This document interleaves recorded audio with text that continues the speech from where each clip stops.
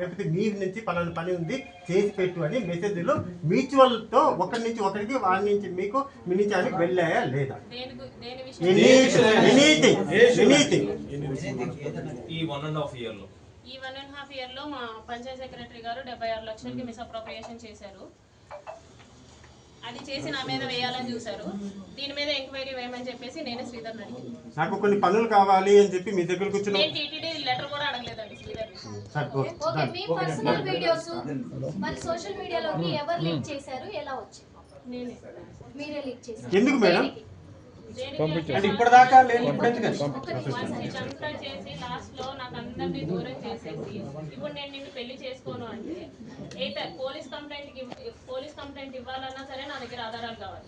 నువ్వు ఇలా చేసావరా అనేసి వాడిని నేను అడగాలన్నా సరే నా దగ్గర ప్రూఫ్లు కావాలి. లేకపోతే నువ్వెవరు నాకు తెలియదు అనేసి అంటే నేను ఎక్కడ పెట్టుకోవాలి మాకు?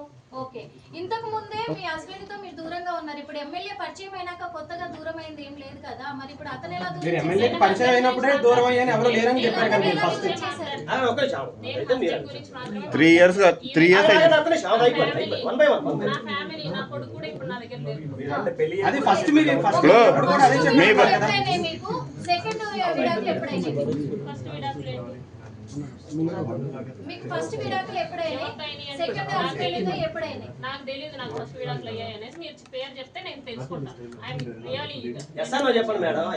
ఆవిడ అడుగుతున్నారు చెప్పండి. ఫస్ట్ విడాకులు కాదు, నాకు ఇప్పటిదాకా విడాకులు అవ్వలేదు, మేము తీసుకుంటున్నాం. ఇప్పటి వరకు అవ్వలేదు, ఇప్పుడు తీసుకుంటున్నారు. ఇప్పుడు తీసుకునేంత వరకు మీ హస్బెండ్ మీకు కాంటాక్ట్ లోనే ఉన్నారా? కాంటాక్ట్ లో లేనప్పుడు మీ గురించి అవసరం లేదు కదా ఆయన పట్టించుకోవడము. మీకెందుకు కాల్ చేసి మాకు బ్యాడ్ నేమ్ తెచ్చావని చెప్పేసి అంటారు? డైవోర్స్ తీసుకోలేదు కాబట్టి. డైవర్స్ తీసుకోకపోయినా ఆయనకి సంబంధం లేదు, వద్దనుకొని వదిలేసారు. అతను ఫర్దర్ గా లీడ్ చేసుకోవాలన్నా సరే పోనీ మీ ఇద్దరి మధ్య ఎందుకు విభేదాలు వచ్చాయి? అది నా హస్బెండ్ కి నాదే అండి. మీరు శ్రీధర్ గురించి అడగండి. మరి అది కూడా ఉంటుంది. అన్నీ ఉంటాయి కదా, అన్నీ ఉంటాయి కదా. ఇప్పుడు మీ హస్బెండ్ తోని దూరంగా ఎప్పటి నుంచి ఉంటుర్రండి? మీ హస్బెండ్ తో దూరం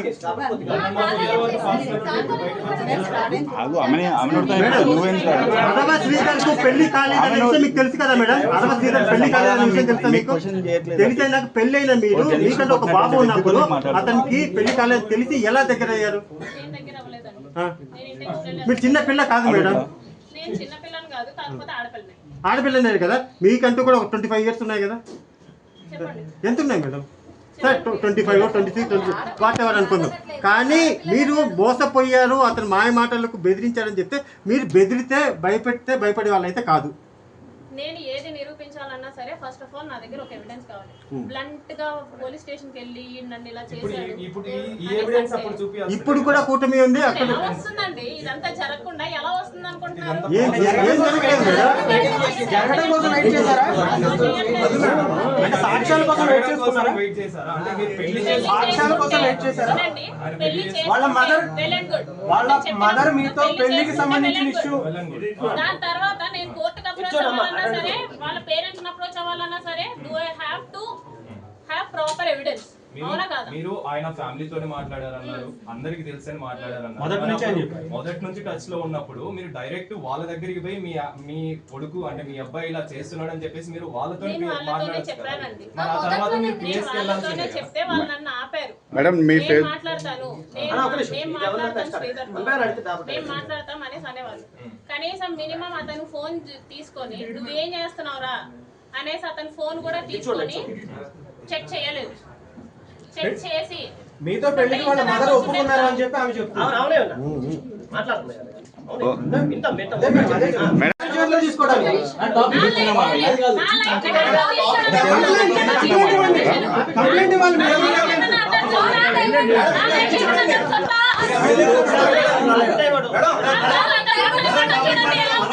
ఒక జర్నలిస్ట్ మీద చేసుకోవడం అది చట్టం మీరు తప్పు కాదు.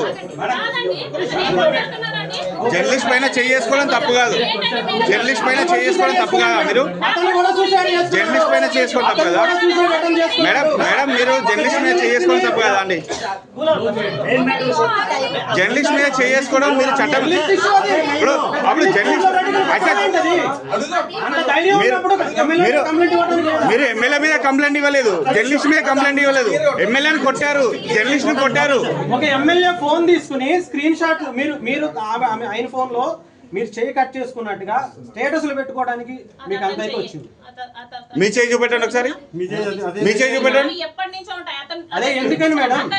ఫోన్ చూపించనా ఏంటది మేడం? చూపించనా ఒక నిమిషం. మేడం అవన్నీ కాదు ఒకటి మీ స్టేటస్లు అవి బయటకు వచ్చినాయా లేదా? డైవర్ట్ ఎందుకు డైవర్ట్ కాదు, ఇది కాదు. అది ఇది అనేసి అంటున్నారు కదా, నేను చూపిస్తాను. ఎమ్మెల్యే చెప్తాను సాగరిస్తున్నారు కదా, కూలి అడుగుతా అన్ని అడుగుతారు, సాగరిస్తున్నారు కదా మనకి. చెప్పండి మేడం, ఏమన్నా ఇంకా విషయాలు? ఒక నిమిషం. ఓకే, మన చేయి మేడం తర్వాత చూపించండి, మీరు చెప్పండి, మీరు చెప్పండి. ఒక నిమిషం. ఒకటే టాపిక్ సార్, అన్ని ఒకటే టాపిక్. అన్ని ఒకటే టాపిక్. అన్ని ఒకటే టాపిక్. వేరే విషయం ఏం మాట్లాడలేదు అసలు. ఇక్కడ ఎవరు కూడా వేరే విషయం మాట్లాడలేదు. అది లాస్ట్ అడుగుదాము. చాలా డిస్కషన్ వస్తాము. ప్రతిసారి అదే మేము ఇన్ఫర్మేషన్ లేకుండా ఏది తీసుకున్నట్టండి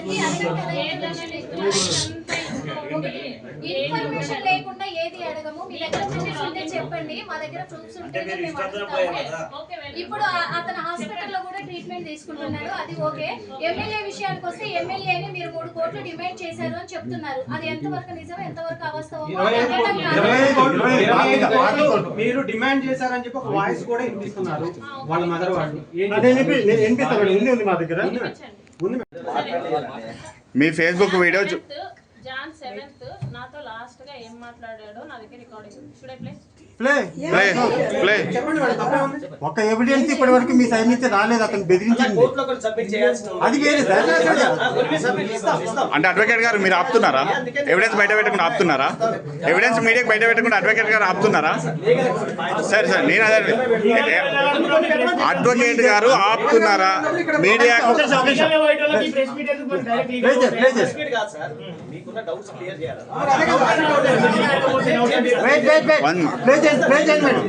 ఇంకోటి మీ ఫేస్బుక్ వీడియో కూడా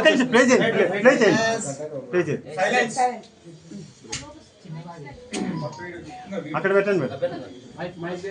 వాల్యూమ్ పెంచండి.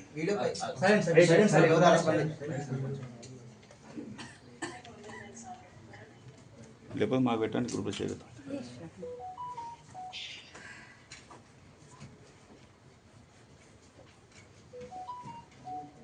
ఏమైనా ప్లే అవుతుందా?